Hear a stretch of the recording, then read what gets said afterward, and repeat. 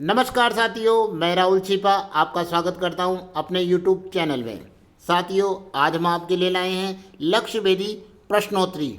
यह जो लक्ष्य भेदी प्रश्नोत्तरी है राजस्थान की सभी प्रतियोगी परीक्षाओं के लिए बड़ी महत्वपूर्ण है और जो भी आगामी आने वाले हमारे जो कंपटीशन हैं उनमें ये बड़ी महत्वपूर्ण होगी। साथियों, अगर आपने अभी तक हमारे चैनल राहुल छिपा को सब्सक्राइब नहीं किया हो तो जल्दी से सब्सक्राइब कर लीजिए और पास ही में स्थित बेल आइकन बटन को भी दबा दीजिए ताकि आपको हमारे सभी वीडियो का नोटिफिकेशन प्राप्त हो सके। तो आइए आज हम देखते हैं राजस्थान के लिए लक्ष्य भेदी प्रश्नोत्तरी भाग 1। आइए लक्ष्य भेदी क्लास का पहला प्रश्न प्रारंभ करते हैं। पहला प्रश्न है, राजस्थान में सबसे पहले सूर्योदय और सूर्यास्त कहाँ पर होता है?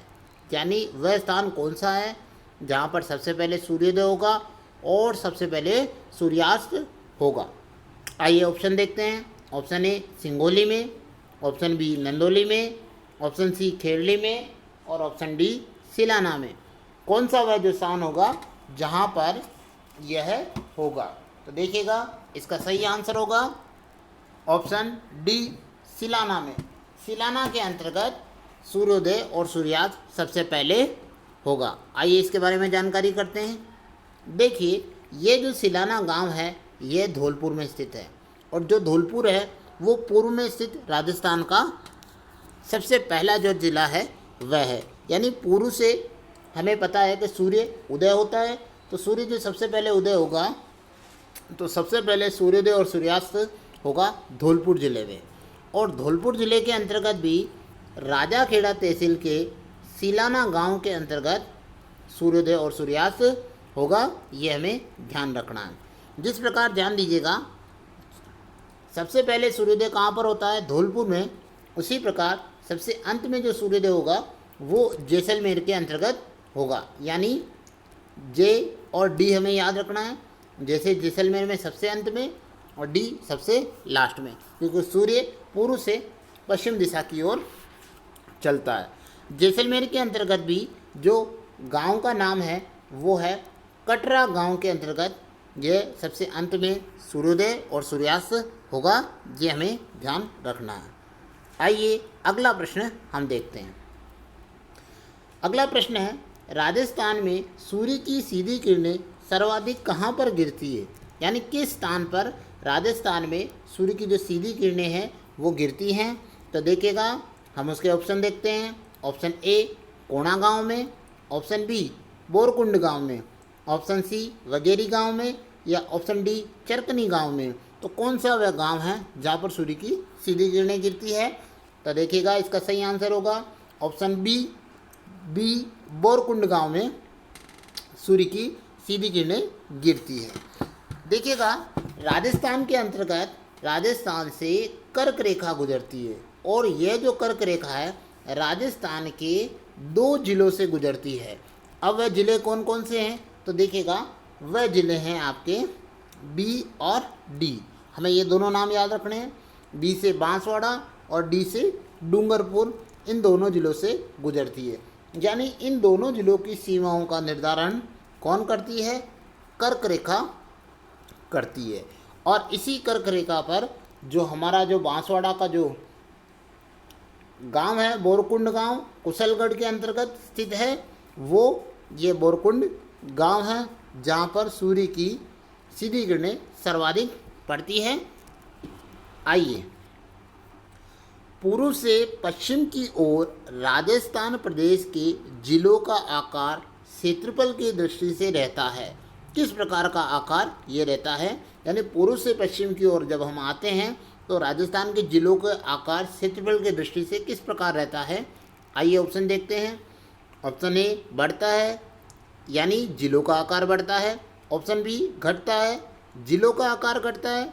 समान, यानी जिलों का आकार समान रहता है, या इनमें से कोई नहीं। तो इन चारों से कौन सा ऑप्शन है जो हो सकता है कि पूर्व से पश्चिम की ओर बढ़ने पर जिलों का आकार क्षेत्रफल की दृष्टि से किस प्रकार रहता है, ये हमें बताना है। तो बताइए इनमें से कौन सा हो सकता है? आप सोचिए। तो इसमें से देखिएगा, ऑप्शन ए इसका सही आंसर होगा। कि जिलों का आकार बढ़ता है। पूर्व से पश्चिम की ओर जाने पर राजस्थान प्रदेश के जिलों का आकार बढ़ेगा। ये हमें ध्यान रखना है। आइए इसके बारे में जानकारी कर लेते हैं।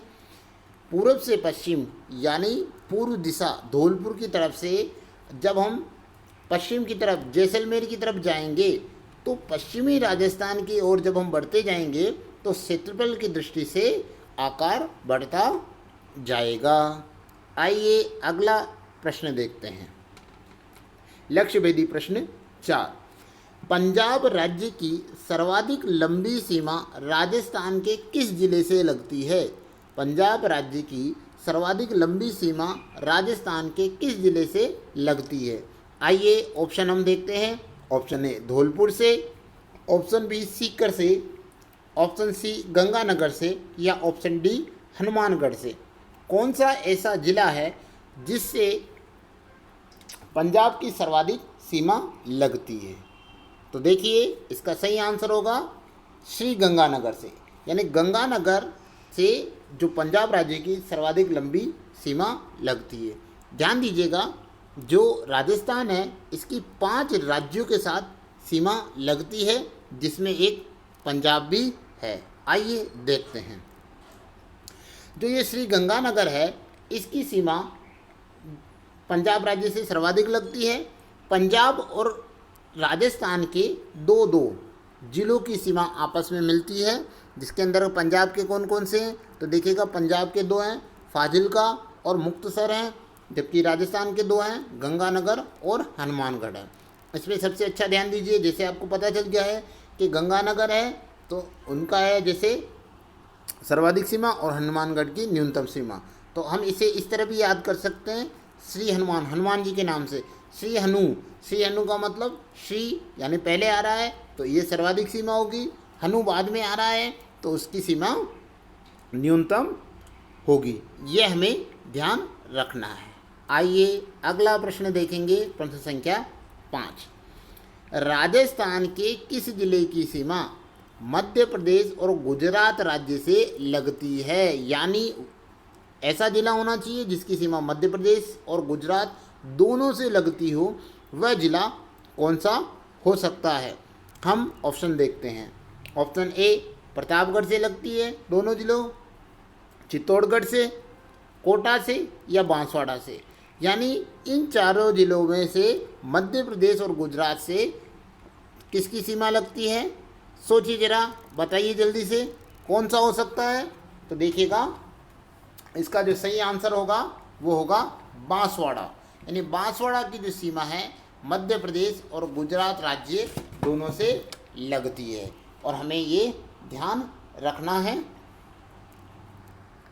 आगे देखिए इसके बारे में कि बांसवाड़ा से मध्य प्रदेश और गुजरात की सीमा लगती है और ध्यान दीजिएगा यह वही मध्य प्रदेश है जिसकी राजस्थान से सर्वाधिक सीमा लगती है। यानी सर्वाधिक जो सीमा है वो राजस्थान की किससे लगती है? मध्य प्रदेश के से लगती है। ये भी हमें ध्यान रखना है। आगे चलते हैं, प्रश्न संख्या 6। राजस्थान की उत्तर पूर्व दिशा में कौन सा राज्य राजस्थान के साथ सीमा बनाता है? देखिए दिशा वाला प्रश्न आ गया है।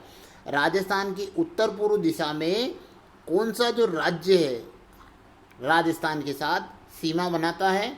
तो हमें दिशाओं का भी ध्यान रखना है। आइए ऑप्शन देखते हैं। Option A Punjab, option B Gujarat, option C Uttar Pradesh या ऑप्शन डी मध्य प्रदेश। चारों में से उत्तर पूर्व दिशा में से कौन सा जो राज्य है हमारे साथ सीमा बनाता है वो हमें बताना है। सोचिए कौन सा हो सकता है? तो देखिएगा इसका एकदम सही आंसर होगा ऑप्शन सी उत्तर प्रदेश। उत्तर प्रदेश उत्तर पूर्व से, देखिएगा नाम से नाम मिल रहा है, उत्तर प्रदेश उत्तर पूर्व, उत्तर पूर्व, उत्तर प्रदेश दोनों के नाम से। तो हम दोनों के नाम से याद कर सकते हैं। देखिएगा ऊ पै उत्तर प्रदेश और उत्तर पूर्व, तो इन दोनों की ट्रिक से हम इसको याद रख सकते हैं। आइए हम जानकारी करते हैं। जो हमारा राजस्थान है ये 5 राज्यों से अपनी अंतर्राज्यीय सीमा बनाता है और एक देश पाकिस्तान से अंतर्राष्ट्रीय सीमा बनाता है। अब ये 5 राज्य कौन कौन से हैं, इनकी हम ट्रिक याद कर लेते हैं। तो देखिएगा, इसकी ट्रिक है PHUMG, PHUMG। एक बार और बोलेंगे, PHUMG। P से हो जाएगा पंजाब, H से हो जाएगा हरियाणा, U से हो जाएगा उत्तर प्रदेश, M से हो जाएगा मध्य प्रदेश और G से हो जाएगा गुजरात। तो इस ट्रिक के द्वारा हम 5 जो राज्यों की सीमा है क्रम से हम याद कर सकते हैं। उत्तर से प्रारंभ होके उत्तर पूर्व, पूर्व और दक्षिण पूर्व और दक्षिण दिशा की तरफ जो हमारे राज्य हैं उन सभी की सीमा इसके अंतर्गत आ जाएगी। आइए साथियों, अगला प्रश्न देखते हैं। साथियों, अगर आपको हमारे ये प्रश्न अच्छे लग रहे हों तो हमारे वीडियो को लाइक कीजिएगा, सब्सक्राइब कीजिएगा और शेयर कीजिएगा, ताकि आपको इसी प्रकार के अच्छे से अच्छे प्रश्न मिल सकें। आइए अगला प्रश्न देखते हैं। प्रश्न संख्या 7। उदयपुर जिले में स्थित तस्तरी नुमा आकृति वाले पहाड़ों की जो श्रृंखला है उसे किस नाम से जाना जाता है? ध्यान दीजिएगा, ये बड़ा महत्वपूर्ण प्रश्न है। मैं इस पर डबल स्टार लगा देता हूँ। उदयपुर जिले के अंतर्गत है तस्तरी नुमा आकृति वाले पहाड़ों की जो श्रृंखला पाई जाती है उसे किस नाम से जाना जाता है? आइए देखते हैं। ऑप्शन ए देशरो नाम से, ऑप्शन बी भोराट के नाम से, ऑप्शन सी गिरवा या ऑप्शन डी भोमट के नाम से जाना जाता है। तो बताइएगा इसमें से इसका सही आंसर कौन सा हो सकता है? सोचिए, देखिएगा इसका जो सही आंसर होगा वो होगा ऑप्शन सी, गिरवा के नाम से इनको जाना जाता है। यह उदयपुर जिले में स्थित पहाड़ी है जो तस्तरी नुमा आकृति में पाई जाती है। आइए इसके बारे में जानकारी कर लेते हैं। गिरवा उदयपुर के अंदर है, तस्तरी नुमा आकृति की ये पहाड़ी है। जो एक खास बात मैं यहाँ पर आपको बताना चाह रहा हूँ कि ये जो नाम गिरवा और देशरो में आपको थोड़ी सी दिक्कत आ सकती है। जो देशरो है वो जरगा और रागा की पहाड़ियों के सीट में स्थित हरा भरा जो क्षेत्र है वो उदयपुर का जो क्षेत्र है उसे देशरो कहा जाता है, और जबकि ये पहाड़ी नुमा जो तस्तरी नुमा आकृति है वो गिरवा कहलाएगी। हमें इसका ध्यान रखना है। अगले प्रश्न की ओर हम चलते हैं। प्रश्न संख्या 8। राजस्थान प्रदेश में सर्वाधिक बीहड़ युक्त भूमि किस जिले में पाई जाती है? देखिएगा, एक बार और इसको ध्यान से सुनेंगे। राजस्थान प्रदेश में सर्वाधिक बीहड़ युक्त भूमि किस जिले में पाई जाती है? ध्यान दीजिएगा, बीहड़ के जो जंगल है, चंबल के डाकू हैं, इसके लिए प्रसिद्ध है। आइए ऑप्शन हम देखेंगे। Option A Jhalawar, option B Dholpur, option C Kota या ऑप्शन डी बूंदी। कौन सा इसके अंतर्गत होगा हमें बताना है। तो हमें फर्स्ट ध्यान बीहड़ युक्त भूमि पर रखना है। आइए इसका जो आंसर होगा, सही आंसर होगा ऑप्शन बी धौलपुर में। धौलपुर जो है सर्वाधिक बीहड़ युक्त भूमि हमारे को कहाँ पर मिलेगी? धौलपुर के अंतर्गत मिलेगी। इसके बारे में और देखते हैं जानकारी। आइए, इसका जो सही आंसर हमने बताया था धौलपुर, यहाँ पर बीहड़ युक्त भूमि पाई जाती है।